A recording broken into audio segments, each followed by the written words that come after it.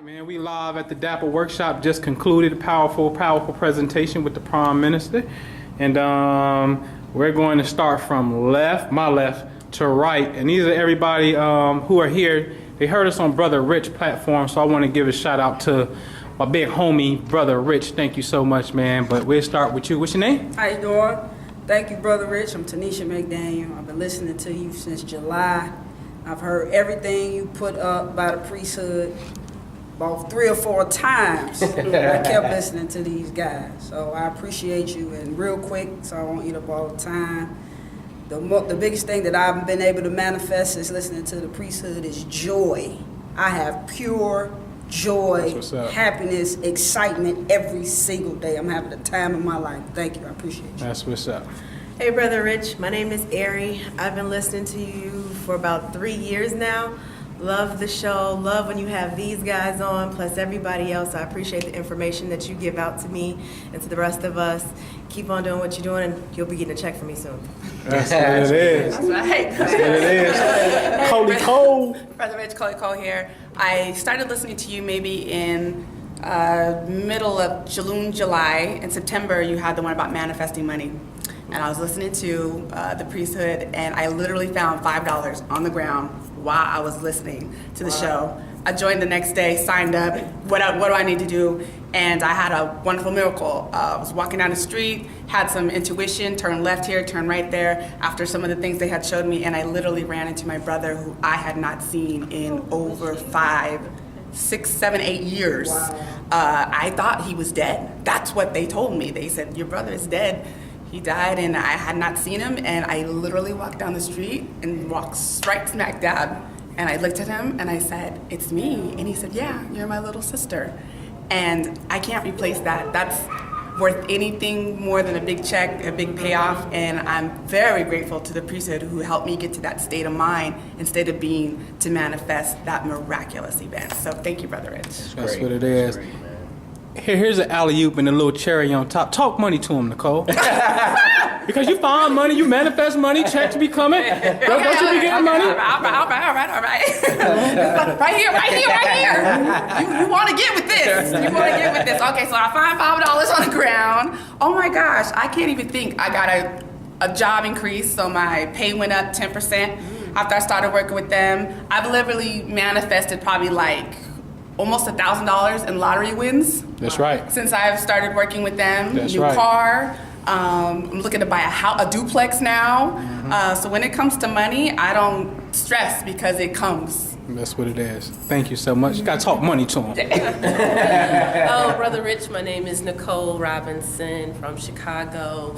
Was introduced, I think Manifesting Money was probably the first video I listened to as well that introduced me to the brothers here, and it was powerful. A lot of the concepts I was already familiar with, but I was going through a kind of season of doubt, and it just kind of reaffirmed all of those things that I know within myself, and kind of brought me to a level of just a better, more affirmed myself better. Yes. So I appreciate your show. It's quality content. I've probably listened to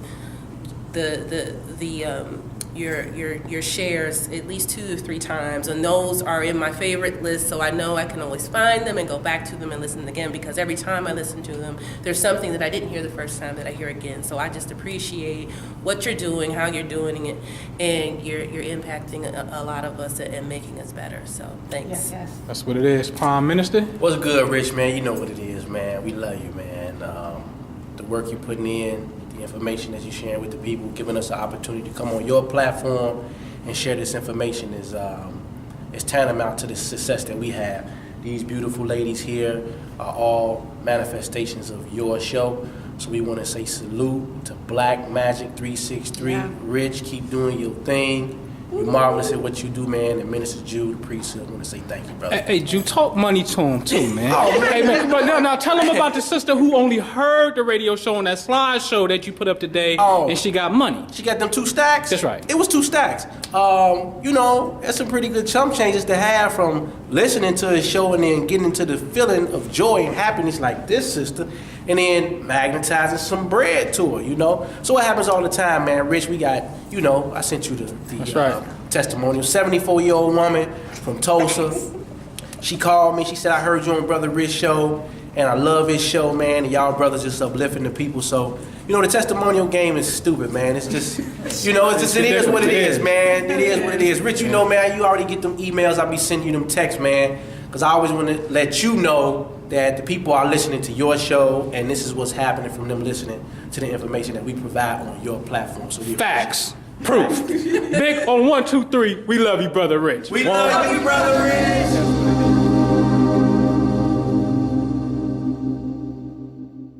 Peace, family, and welcome to another episode of Underground Railroad Radio. This is your host, Brother Rich, and I'm joined today on the line with the priesthood, just Minister Jew today. Welcome to the program, Minister Jew. Hey, what's going on, Rich? How you doing? Man, I'm doing great, brother. Like I always say, I'm glad to have these talks with you, these conversations. I'm glad you back on the radio. For everybody listening, Minister Jew sent me a powerful testimonial video. I don't know if I'm going to upload it with this show or separately, but be on the lookout for that testimonial video.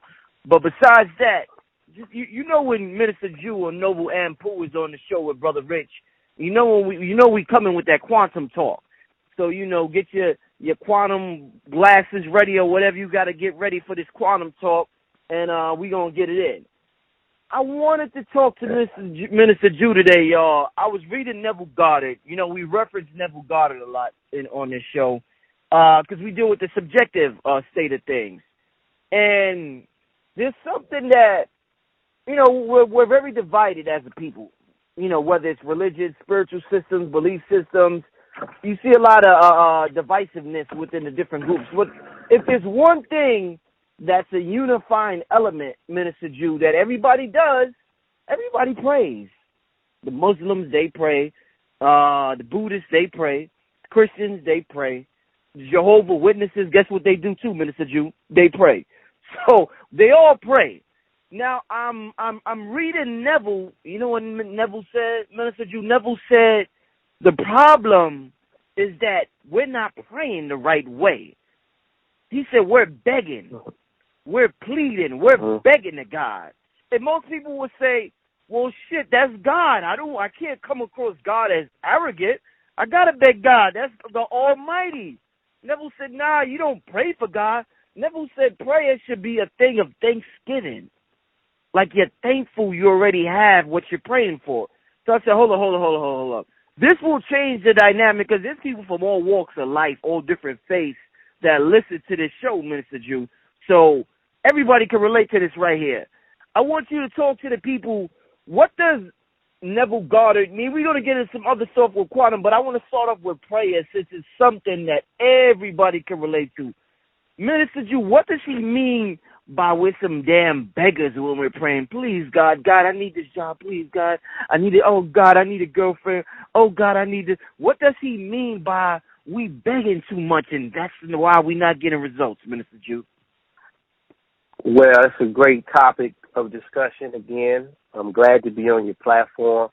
Much success has been rendered from some of the teachings that myself and my partner, Ampu, profess on the platform. I just want to say thank you again, brother. But, what he's saying is that, and I always say this, but, new ideas require many reiterations. We keep thinking that this force that we call by many names is something that is outside of ourselves. Now, in some instances, this can be beneficial for us. And we see this in some of these placebo studies. And maybe we can get into some of that later. But what he's referencing is that we and the Creator are one.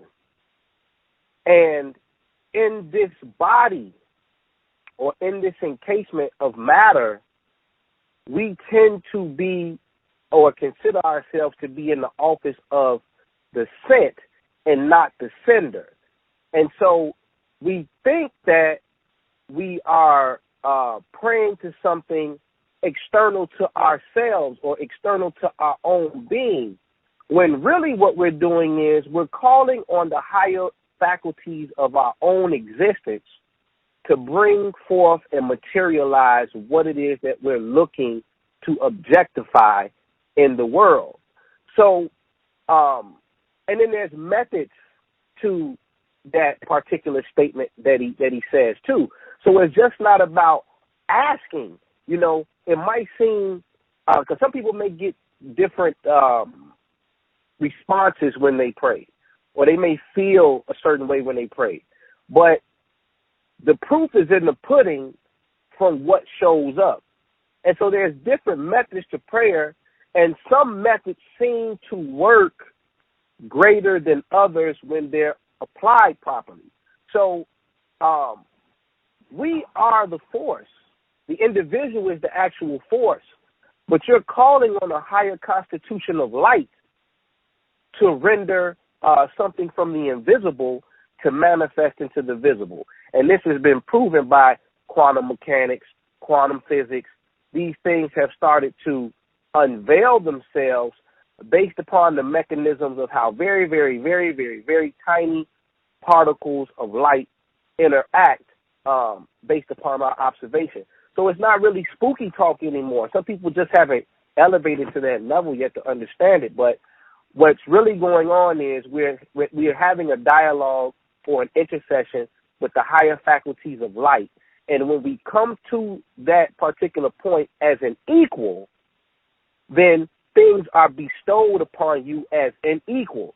But you know how it goes when you're a beggar person. You know, it's just like imagine when you're walking in the store, Rich, and there's some people out there begging for change, right? And, you know, sometimes the initial reaction be like, man, I ain't giving this bum shit, you know? Or, you know, sometimes that could be the initial thought, like because you're coming from what appears to be a lesser condition. And so people's ego, when they look at a situation like that, that's how it can translate over. So if you're coming as a beggar versus an equal, sometimes the exchange and the trade-off is not necessarily what you're looking for. So Minister Jew, now when I reference Neville Goddard and he says that prayer should be about thanksgiving, I think about when I analyze the people that we consider financially successful in this world, the people that we consider rich in this world. And the one thing that they all say is that, well, let me start with Oprah. She says she has a gratitude journal, and every day she writes down 1,000 things she's grateful for. The average person would think that's a complete waste of time. What the fuck am I walking around, pardon language, what am I walking around for with a journal, right? I'm thankful for this, I'm thankful for that. But this is what she says she does. Rhonda Burns, the lady who produced The Secret, the documentary, the follow-up to that was called, I forgot what it was called, but it was about... The Magic? Yeah, the Magic.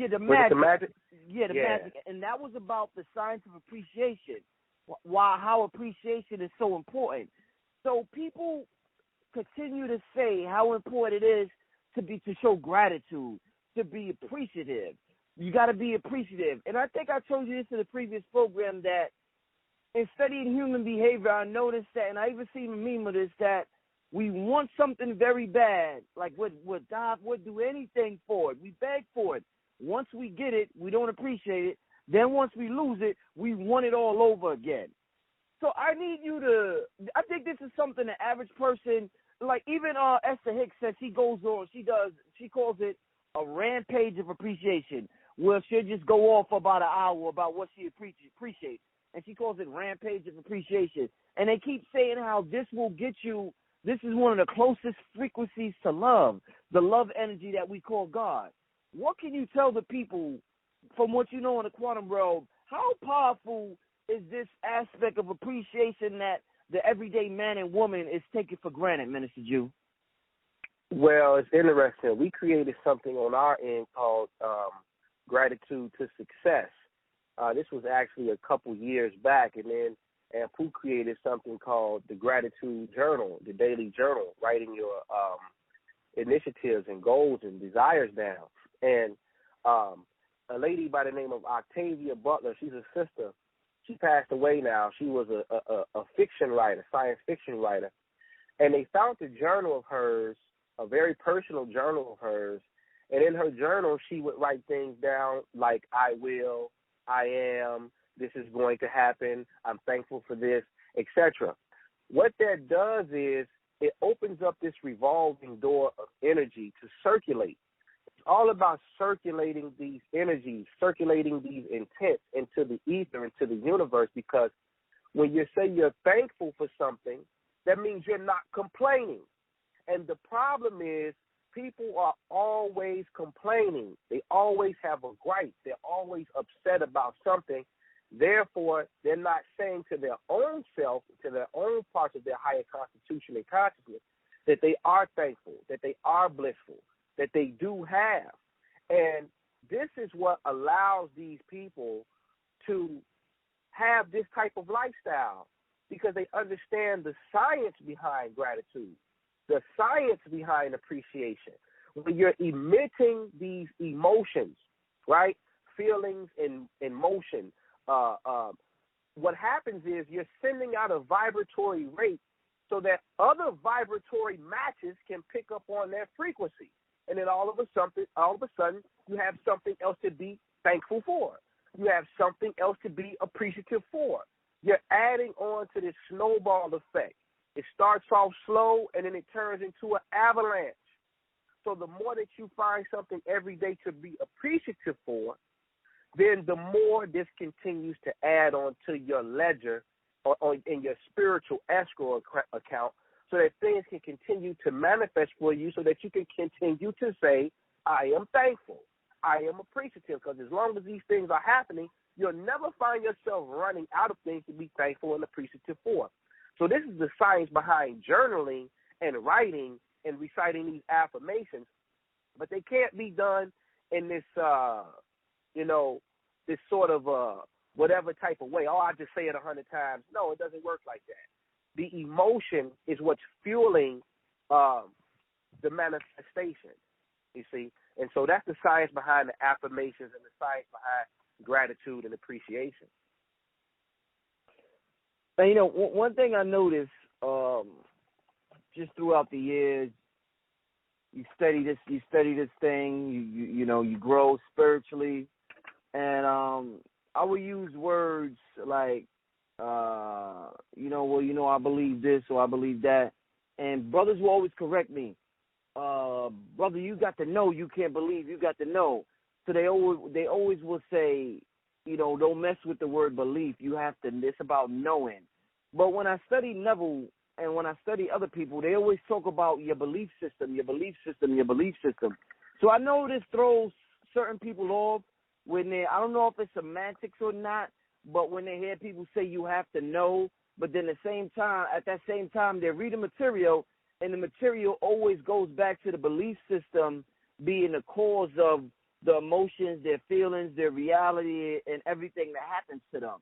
So what can you tell me about belief versus knowing?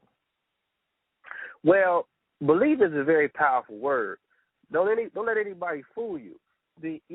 That comes along with the territory of quote unquote becoming conscious, right? You want to throw that word out and say, it's not applicable to anything. Well, if that's the case, then you're gonna have to explain to me how these placebos work, because these people believe that they are taking actual pills that are going to heal them, and they are loaded with sugar, or they're loaded with saline or fluids, or whatever they're choosing to use. They have a strong conviction and belief that I'm taking an actual medication.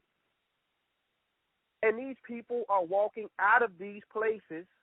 And I mean, you should see some of these placebo studies. Listen, it's getting so difficult now to put what they call, quote unquote, real drugs on the market, because they have to run them up against placebos.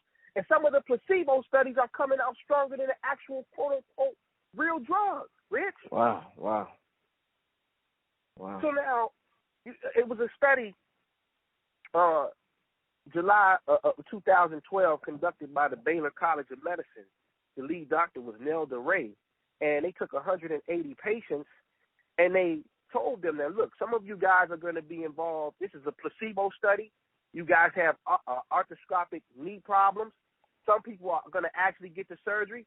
Some of you are not. But we're not going to tell you who gets it and who doesn't. So they will put like fake incision, actual cut on them, like there was an incision there.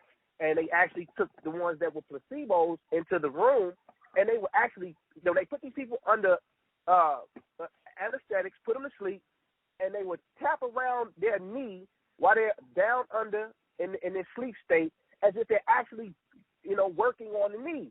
2 years later, as they continue to study, it comes back that the people who had the placebo were reporting better results than the people who actually had the goddamn surgery. Mm. So now we have to question our perception around these words, right? Mm-hmm. So it is a power inside of belief, but I get where the disagreeable energy comes from with the word, because we're in an era where we want people to know facts, and that's okay. There's nothing wrong with that. Evidence, things that have been concocted and have fallen into the particle world. Yes, we can look at it and analyze it with science and say, yes, this is a fact. Yes, this did happen, etc. But belief is a subjective thing. It's not necessarily an objective one. Okay. And when we understand the power of subjective reality, then this thing becomes, we open this Pandora's box of probabilities and possibilities on a quantum level, you see? So, okay. So with that being said, possibilities on a quantum level. One thing Neville Goddard says to do, when we pray and before we go to sleep, in order to speed up the process of manifestation, he says we have to go to the subjective realm or the quantum realm. One of the things he says to do is to think about what we want to happen as if it's happening to the best of our ability right before we go to sleep. That time right before we go to sleep, to think about it, feel ourselves being there, and take that thought with us in the sleep realm, in the subconscious realm, and he says the fourth dimension will take care of it for us. Now, some of this stuff seems a little silly to people. He says your reality has no choice but to make it happen. Has no choice but to make it happen when you do this exercise. Now, you tell some people to do this exercise, they may say, that sounds too good to be true. Or even a gratitude journal, that sounds too easy. I need something harder. What could you elaborate a little bit about this method Neville is saying, where we imagine what we want right before we go to sleep and take it with us in the subconscious realm while our conscious mind is resting? What does that mean? Elaborate on that for the people, Minister June. Well, first of all, for those that think that it's complete nonsense, let me give you guys some stats on the priesthood. And Rich, you have witnessed this. In a little bit short of a year, right, 9 months roughly, we started the I Am Prosperity Club in June. To this date, I mean June of 2015, to this date today, April 19th, we've collectively rendered up $900,000 in over 90 testimonials. Rich mentioned at the beginning of this show that he's going to upload the video that we had at the Dapper Workshop, where people who heard us on Rich's show flew into Chicago to take in this experience and show the love back to Rich and the priesthood. So, and in a little bit over 3 years, because I mentioned earlier we had a Gratitude to Success club. When we tallied the money together, we had $1.3 million from utilizing the technique of sleep, gratitude, and imagination. These are the facts. These are the facts with real people. We cannot make this stuff up. We post this stuff every day on our pages, on these social outlets, because we know black folks want to see the proof. So we've done our diligence to make sure that you're going to see it. So, saying that, it is a science behind why you should indulge in that particular action right before you go to sleep. Why? We are entities that operate on waves. Alpha, beta, theta, delta, etc. At the moment of sleep, and I teach my gurus this in my membership, at the moment of sleep, you are slipping into a theta state similar to meditation or quiet and calm visualization. This theta wave is being activated by a specific structure in the right hemisphere of your brain known as the hippocampus, specifically the one on the right, because you do have one on the left. But the one that's inducing the theta wave is the one on the right. That is activating the processes of creativity, imagery, dreams, trances, etc. that allows you to tap into the subconscious regions of your mind. So now, if you take an image, you know how sometimes you could just be watching the TV before you go to sleep, and then you end up having a dream about what you saw on the TV? Yeah, or a conversation that you had. Yeah. That's right. Cartoons and shit like that. Yeah, that's right. That's right. So this is what happens. You've taken that image down with you into the twilight of your sleep, and now the part of you that is running the 90% program, you know, just like the computer that you run, you see the stuff on the interface on the screen, you know, the home page of the website. But there's a program that is running in the background that has these multiple combinations of numbers that is responsible for you being able to see what you see on the physical surface called your screen, that is doing most of the work. So now the subconscious mind is that operating system that is taking all these informations in that you gathered from your sensory perceptions, taking it, amalgamating it, formulating it, molding it, to give you an experience in the objective world.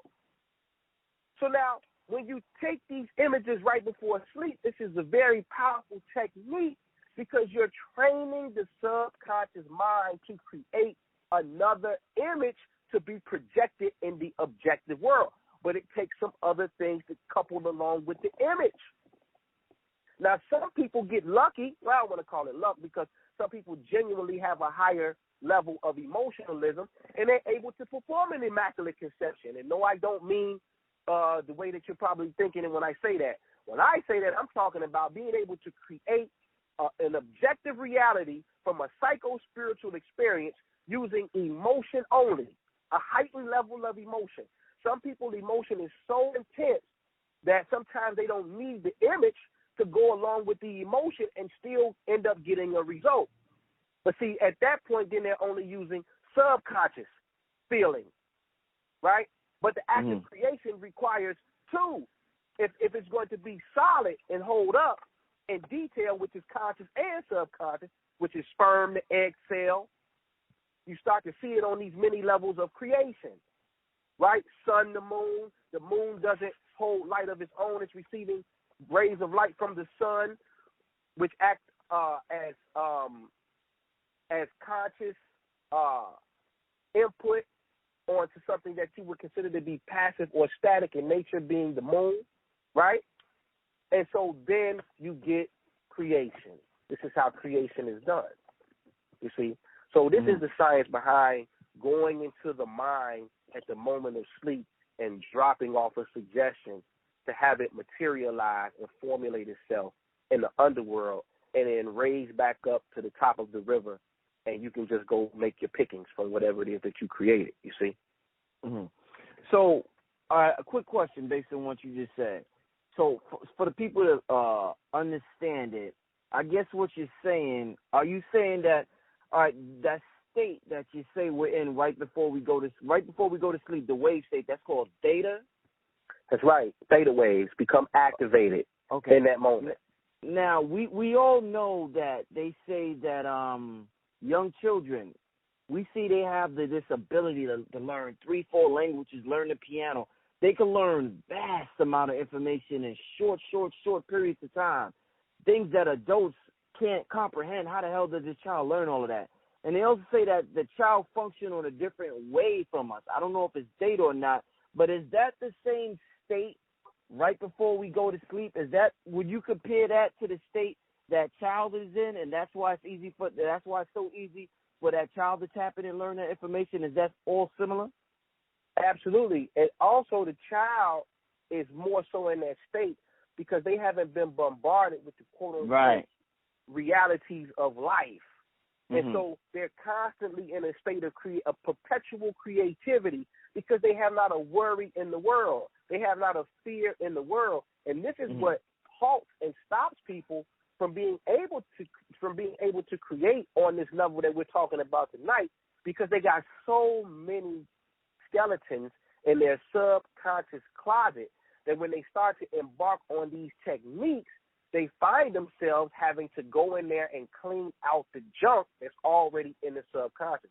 Similar to the movie Inside Out about, the brain. It was a children's movie, but it was a great rendition. It was great. I've seen it. Yeah, I've seen it. That's what goes on. You remember Jangles, the big clown that was down in the dungeon that they threw Bing Bong in there with, and then they wake up, they said, "Oh, we're down here. This must be Riley's subconscious." And they had broccoli and this big vacuum and this big clown. and the imagination ended up waking this big clown up to let you know that the imagination is the force that is able to deal with the issues that you have lodged in your hippocampus via unpleasant memories. You see, this is the true power of the spirit. The spirit is in you. It's not anything external, and we have the tools available to deal with these type of issues if we realize who we truly are. And this goes back to your initial question. The moment you place something outside of yourself, then you don't look inside of yourself for the remedy, and that's the problem. Well, I really hope, I swear, man, I really hope people just grasp what you said, whether it's 10 years from now. This program, Mr. Jew, this program might be played 100 years from now. Whenever it's played, you just told the people that the same creativity, the child is in a perpetual state of creativity. We could tap into that right before we go to sleep and let the subconscious do all the work. It's sort of like a cheat code, if you want to call it that. You just let the subconscious, you put it in the subconscious, and the subconscious will manifest it for you, man. I hope they grasp what you just said, man. That was some jewels you just dropped, brother. So I definitely appreciate it. Moving on. Now, you talked about the skeletons in the closet, and that's preventing people from tapping into this creativity. A lot of people feel guilty for things that they have done in their life, whether it's in their childhood, their adulthood. They always feel like God is punishing them, or they deserve to be punished, or they're thinking about sin or whatever. What is, from a metaphysical point of view, Minister Jew, we talk about prayer, and we discuss how people have been praying the wrong way because they believe God is outside of them instead of being them from a multidimensional level. What, from your perspective, what is sin, Minister Jew? What does it mean to commit a sin? We keep hearing sin. What does it mean to commit sin, Minister Jew? To miss the mark. It's that simple. To miss your mark in life. Whenever you have a goal and you miss that mark or you miss that desire, right? That's what it represents to Minister Jew. Because now you have something stored away in the memory again that's causing you to be resentful towards yourself about something. That's causing you to feel agony, to feel defeat. Whenever it's something that you want to accomplish but you don't accomplish it, or you're procrastinating to accomplish it, or you're lackluster in your performance to accomplish it, this creates doubt. This creates fear, right? So this is what sin represents to Minister Jew. Your perception around a situation is ultimately what you're going to deem a sin to be, because some people don't think what they're doing is wrong, so to them it's not a sin. So it's all perception based. So if we're going to deal with it from a perception base, then that means you have to look at it from an internal subjective viewpoint. So if you make a goal or you have a desire, right, and you don't fulfill it, then of course you're going to feel some type of way about it. You're going to get emotional about it. You're not going to be happy about it, right? And these things start to set in on the subconscious mind, which creates indifferences and imbalances in your own psychology. You see? And so other people, another thing that stops people too is, and you always say it, Rich, when you hating on somebody, man. Indeed. Listen, hating on people and judgment, because when you look at the word prayer, since we're talking about prayer, because most people get their definition of prayer from one of these holy books, the Quran, Bible. This is where they're getting their ideal of prayer from in the Western Hemisphere for the most part, right? And really the world, they had these holy books. You'll see that it's a word, palal, in the Hebrew, which means basically observation and judgment. So now every time you pass judgment on somebody, you've just invoked the prayer. So now you understand the wisdom when it talks about not being judgmental about another person's situation that has nothing to do with you directly. Because the moment that you make an observation, because that's what an observation, that's what judgment is. You know, you say, well, judging by the looks of it, right? That's a familiar term. Judging by the looks of it, what you just said is you just made an observation or a measurement of a situation. And in quantum physics and quantum mechanics, they tell you that human observation and consciousness collapses waves into particles into finite things, into physical things. So now here you go, you think you just going to be the gossip mill. And, you know, somebody else got something going on, and for no reason you just hating on them, or you don't like them, or the jealousy is there because they may have something that you don't, right? Even though you're not conscious of it, you just made a prayer. You just made a prayer against your own self. Because you're questioning somebody else's thing that has nothing to do with your life directly or indirectly in most cases. And so this is what derails a person, along with the things that are in the subconscious mind, from creating the reality that they're seeking to have. You see? Indeed. Right. Now you know, when I first got into, I think one of the movies that kind of opened up a lot of people's eyes about quantum physics was The Matrix, and I believe Max Planck coined the term The Matrix. Quantum physicist by the name of Max Planck. But anyway, after The Matrix came out, everybody said, "Man, this is the word illusion kept being thrown around." Everybody's like, "Man, this shit is an illusion. This illusion. This shit is illusion. This shit ain't real. This shit is an illusion. Illusion." I remember the one thing, and I was down with it. I'm like, yeah, this illusion. But the one thing that kind of rubbed me the wrong thing about saying that verbally, inside I was like, shit, but my love for my mother ain't an illusion. Because I felt as though I experienced unconditional love in this lifetime for a human being. And I felt like that shit was like, I was like, it hurt me to say that was an illusion. In my mind, at that age, I'm like, nah, everything's an illusion, but that wasn't no illusion. Because it was so real for me that I did not want to believe it. So then later on in my studies, as I get older, I hear people say things like, the only thing that exists is love. Everything else is an illusion. So that made me feel a little better about how I felt previously. I want to talk to you about love existing in this realm.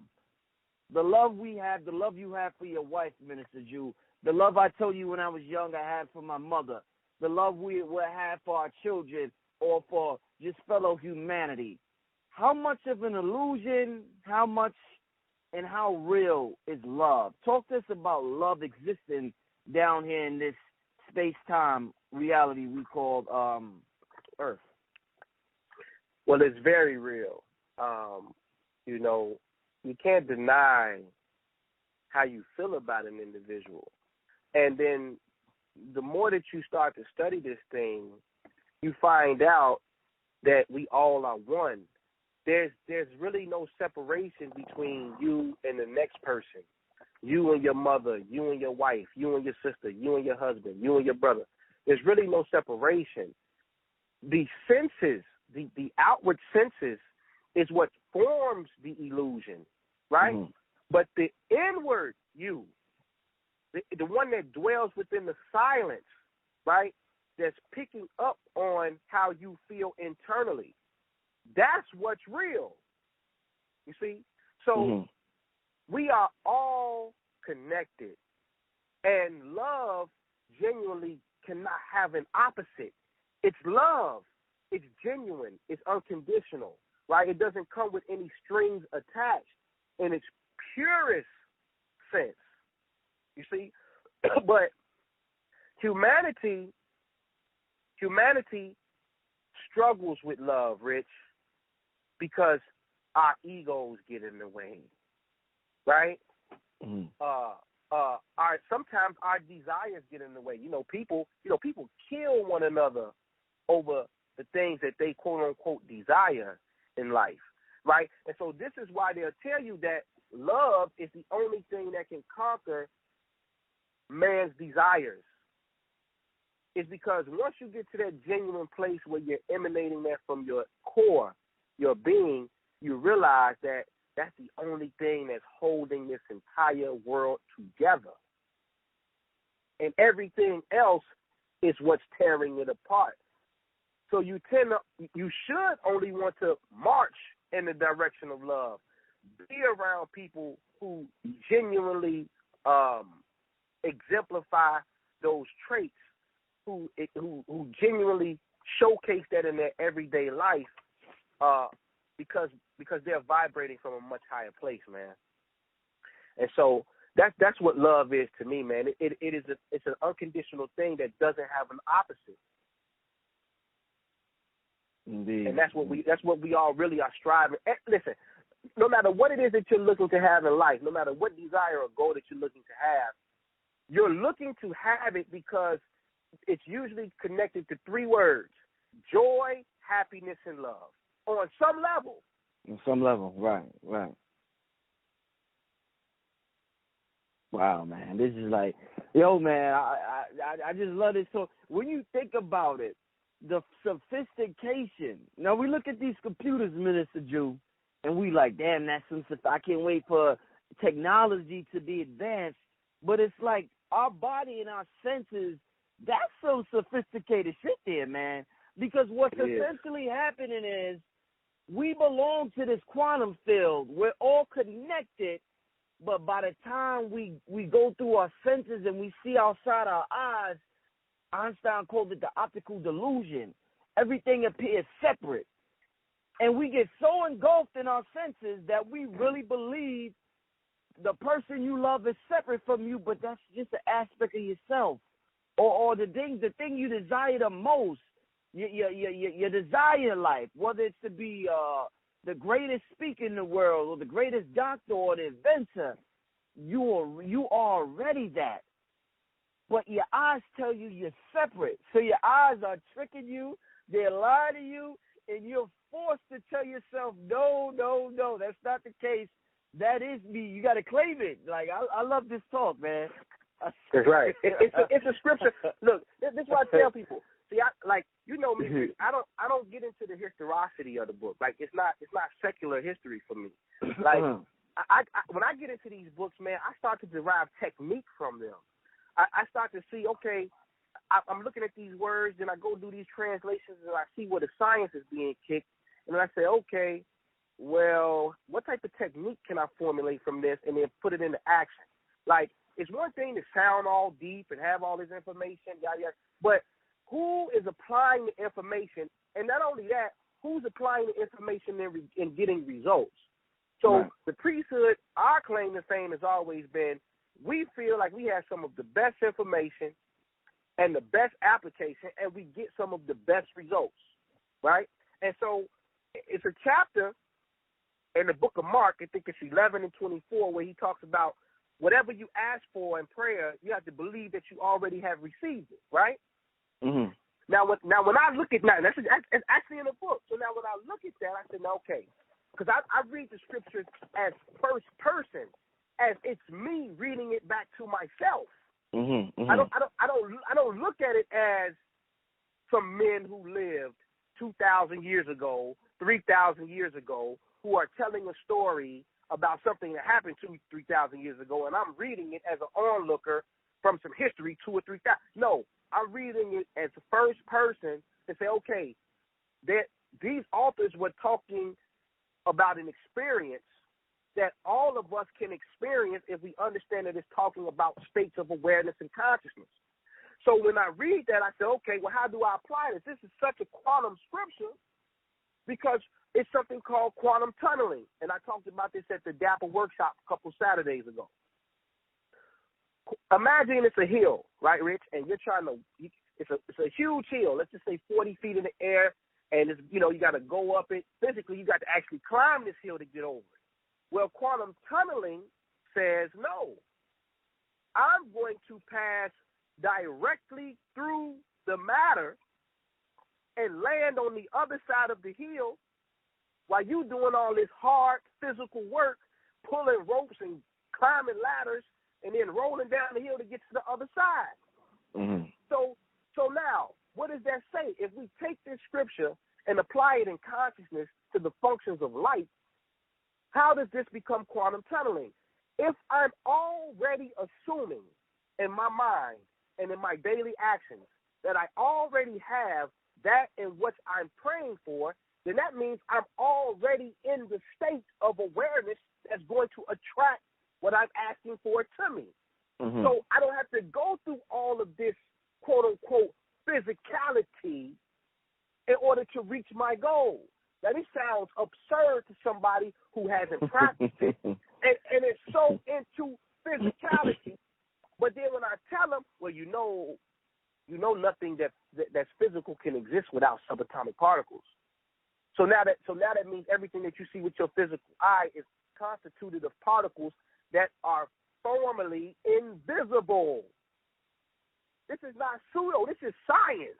Mm-hmm. So now, why do we continue to take on the physical object and place its value over the invisible particles that constitute it even being able to exist? Okay. We should take it back to the organic particles that are vibrating on an invisible level, learn how they function, so that we can now become master creators on the physical level. So then when Minister Jew teaches his students in the quantum imaging membership, right? And then when you watch the video when Rich uploads it, you'll see Nikki Builder, who told me that she wanted to manifest $10,000. She started in the membership in November of last year. 3 weeks ago, I got an email I sent it to Rich. I believe I sent it to you. Well, you saw the video, so you saw it. 3 weeks ago, I get an email from Nikki saying, Minister Jew, Noble, and Pooh, I thank y'all for this work that y'all doing. Yeah. My 10K manifested as a birthday gift. Now, she didn't go out asking nobody for $10,000. She didn't go out, let me figure out some type of plan to get me $10,000. No, we utilize these principles and they work, and we get the results, and the people testify for themselves. Rich, we got, man, it's at least 8 testimonials from your show, but we're going to send you over these images, and hopefully you'll upload them for some of the imagery on this particular broadcast, where we're at $29,000 just from 3 people who heard us on Rich's show. One manifested 10K, another one manifested 12K, another one manifested 5K, another one manifested 2K. All these people just from hearing our dialogue on Rich's platform and applying the principles. Yeah, you're going to see their face, you're going to see their name, you're going to see their email, you're going to see all of that. This ain't no hocus pocus, man. It's real talk. So once you start to understand that God lies within your own consciousness, you can create whatever you want to create down here, man. And so when you start to read these scriptures, like it says, I think it's in the book of Joshua, wherever your foot shall tread, thee I have given you. So now, what does that mean? You have to put yourself in that place mentally. You have to make a mental judgment, because remember, prayer translates to judgment. So you have to make a mental judgment, a mental measurement of where you would like to be. It's called a goal in our modern day world. And then when you set these goals, then these things manifest in magical ways, might I add. You asked earlier about writing. Why is writing so powerful? Well, They did a study on people who actually, some people just have goals and they never write them down. They got all these goals in their mind. They never write them down. I want to do this. I want to do that. I want to do this. Other people take the time out to sit down and journal what it is they want to do. When they studied people who write their goals down on paper, they said 70% of the time these people manifest the goals that they write down, and the people who don't write it down and keep it in their head, under 20% manifestation rate. So it's something about scribing. Right. There's Okay. a magic in writing. So we have to understand that when we write things down, we just made a note or a measurement in the physical world that is saying, abracadabra, this is what I would like to see manifest, and then waves start to collapse into particles, and then circumstances start to happen. People you start to meet, and before you know it, these things have flowers in your world. Indeed. Now, one of the things I dealt with, I like to give personal examples. Sometimes it makes it a little more real and less generic. And sometimes the people could be going through something similar that a person has gone through. So just to give a personal example, one of the things that I experienced that I had to get over, some people almost feel as though when you talk this quantum talk, like you'll say, you'll make, like the statement you made earlier, you said me and Ampu got some of the best information. Or you'll make a comment saying you and Ampu's like I think you said the Jordan and Pippen or something like that. Some people listen to that type of talk and they say, "Damn, that brother's a little arrogant." I remember one time, and let me tell my story. One time when I was young, I was telling the brother how I wanted to work for myself, and I was telling the brother my plans about how I'm gonna work for myself. I didn't want to get a job. I want to work for myself. So the brother said, "Well, what's your plan B?" I said, "Shit, my plan A." So he said, "Damn, you gonna be." He said, "You gonna be that arrogant, man?" He said, "Don't let your ego get the best of you." So I brushed it off, but when we walked away a little bit, because what you're doing, a lot of people aren't doing. So you're like, "Damn, am I being arrogant?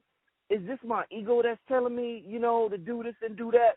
So I struggle with that a little bit. But the more you get into quantum physics, this shit ain't arrogance, man. It's who I am. It's who I am, man. And if you get offended with it, I can't help it. But it's just who we are, man. We can't dim our light for others to feel good. So I want you to talk for those who may feel a little, who might have a false sense of humility and don't want to say they have the best information or don't want to say they're great. They may be scared to go outside and say, "I'm great," or "I'm divine," or whatever it may be. End the program, Minister Drew, and I definitely enjoyed this program. Talk to the people, let them know, not to say that you have to look down on somebody, but talk to the people about not dimming their light to appease somebody else. Well, see, this is a brilliant question, man. Listen, especially in our community, people need to see confidence, man. Indeed. People need to see strength. Like, we've seen people bow out. We've seen people take the not so confident or lesser self-esteem route. Listen, own up to your greatness, people. I don't get it. Like, one moment, and see, this goes to tell you about our sense of self. One moment, we talking about what we did 6,000 years ago and how great we were, right? We built this, we did that, we were great. Then when we get into the now moment of ourselves, then we have a problem saying we're great. It's weird. It's weird. It's weird. It's weird. So don't shy away from your greatness. It's one thing to be confident. It's another thing to be braggadocious, shall we say. And so learning the medium between the two is okay. But those are people who have low self-esteem and a low value of their sense of self. Know your worth. Know what you're capable of doing. right? Why do you feel like you always have to humble yourself to a level where you don't feel like your work is enough or it's not being appreciated? We have to step up to the plate and be confident creators. Be confident creators. We can't be out here, oh man, they had to say it like that. Say it like what? What's wrong with telling the truth? See, that's the problem. People, they say they want the truth, but then when you give them the truth about what it is that you're doing, right? See, really let me tell you what that's being disguised as, Rich. Hating. Oh, okay. That's disguised hating. Makes a lot of sense. Disguised jealousy, but in a way where it's passive. Oh, you don't got to be that cocky. No, what you're really saying is, I can't stand you. I can't stand you getting this thing done like that. And I'm not getting it done. Remember the Mad Rapper on the big Yeah. His albums was all right. They was all right. My albums more John Blaze than that. You know what I'm saying? But meanwhile, you're not producing on that level, and that's okay. But get around some people who are winning, folks. Get around some people who want to win, because that's going to rub off on you, and you'll start to see the mirror neurons. The mirror neurons. Huh? Hey, there you go. Get around some people that got success neurons, so that your mirror neurons can mirror some success. It's really that simple. You know what I mean? And again, you got to cut the hating out, because you're praying against yourself. You're praying against yourself. So, man, it's a great show, Rich, man. As always, man, I appreciate it, man, letting me come on here and build, Definitely, man. Let the people know, give them contact info, and let them know if the priesthood got anything coming up. Man, we stay busy. We take pride in making a schedule out in advance, because, we always looking to collapse a wave into a particle, so we keep our schedule lit so that it's always an opportunity for something to occur. So, immediately what you guys should want to do, after you see this testimonial video that Rich going to put up, I hope he put it up with this video, man. Y'all got it. Rich, they got to see it. I'm going to have to do it. Got to see it. The direction this winning, I got to, bro. I got to. You got to put it up, man, so they got to see it. So, because it does more for them to see that than for me to talk it. You know what I mean? Right. The deal is, we have another workshop coming up in September. So you got plenty of time. You got about 5 months to get yourself straight, right? We're going to be in Florida, Jacksonville. Workshop, 1-day workshop, but we're going to be there for the weekend. So if you want, we terminate, kicking it with the priesthood, Positron Pass weekend with the priesthood. That's the title of it. Jacksonville, Florida, September 23rd, 24th through the 25th, something, that weekend right there, the weekend around the fall equinox is where we're going to be in Florida. Positron Pass. We're going to get into this quantum dynamic of the positron and show people how to rewrite memory. We're going to get in here. We're going to clean up these place cells. You got these place cells in your hippocampus that are pyramidal in shape. You see? So these shapes are inside of your body, people. And then they became objectified and been glorified, and we keep looking at these edifices and giving all the credence to that, and not what's actually inside of our being, tapping into us. So what we're going to do is we're going to get into this hippocampus, and we're going to clean up on aisle 2. No, for real. And we're going to get in there, and we're going to get all of that junk and that gunk out so that you can have a fertile Gethsemane garden, so that you can plant your seeds down in there in a fertile place, so some fertile soil, and get this thing popping. So you got relationship issues in the past that's harming you, whether it's some physical abuse, sexual abuse, parental abandonment, drug problems, whatever it is that you have regrets, doubt, fear about in your past that keep on rearing their ugly head and derailing your plans of success because they're there. We're going to show you how to rewire and rewrite that script using your own consciousness. Mm-hmm. Your own consciousness. I actually teach my members this in my quantum imaging membership, and you should hear the testimonials on the monthly webinars, man. Shout out to Cody Cole. Shout out to Aisha, Justin, everybody over there, man. Shout out to all the people doing the work and getting the job done, and they seeing results in their life, man, because that's really what it's about. So that's what we got coming up, man. So visit the website, www.theimaginationguru.com. You click on the shops tab, workshops, etc. You'll see it there, the Positron Pass weekend with the priesthood. You'll be able to lock your seat again and come down and have a great time. We're going to have a ceremony the next day. We're going to really enjoy Florida, man. It's going to be live. Again, the membership is open. It's always open. Monthly webinars. Just had one this past Sunday, something that I send out called Appetizers, where we deal with learning how to quiet the mind, different techniques, the blue light switch, the majestic you, all these different techniques that I have people put into practice. You know what I mean? Some application. You know, some of the techniques that we went over tonight dealing with sleep and the theta wave is incorporated into the membership. So it's a full-blown membership, man. You get quantum spreadsheets, quantum worksheets.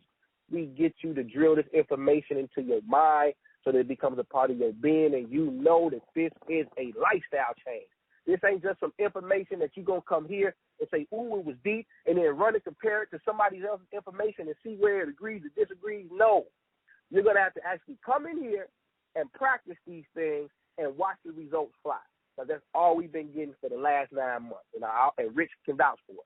So that's what we got, man, coming up. That's what's available. Again, the ebook, Imagination at Work, real short read, straight to the point. I know people's attention span is short, so I made it short but compact with data, dealing with this quantum thing. You can download it from the website as well, theimaginationguru.com. And that's pretty much it, man. Indeed, man. Once again, family, man, we always thank here at Underground Railroad, the priesthood, for coming through. This is something that the black community definitely needs to hear. They need to hear that quantum talk. And the priesthood brings it every time they come on the radio. Make sure you support them. This Brother Rich, Underground Railroad, Minister Jew. We signing out, family. We going to see y'all next time. Peace. Peace.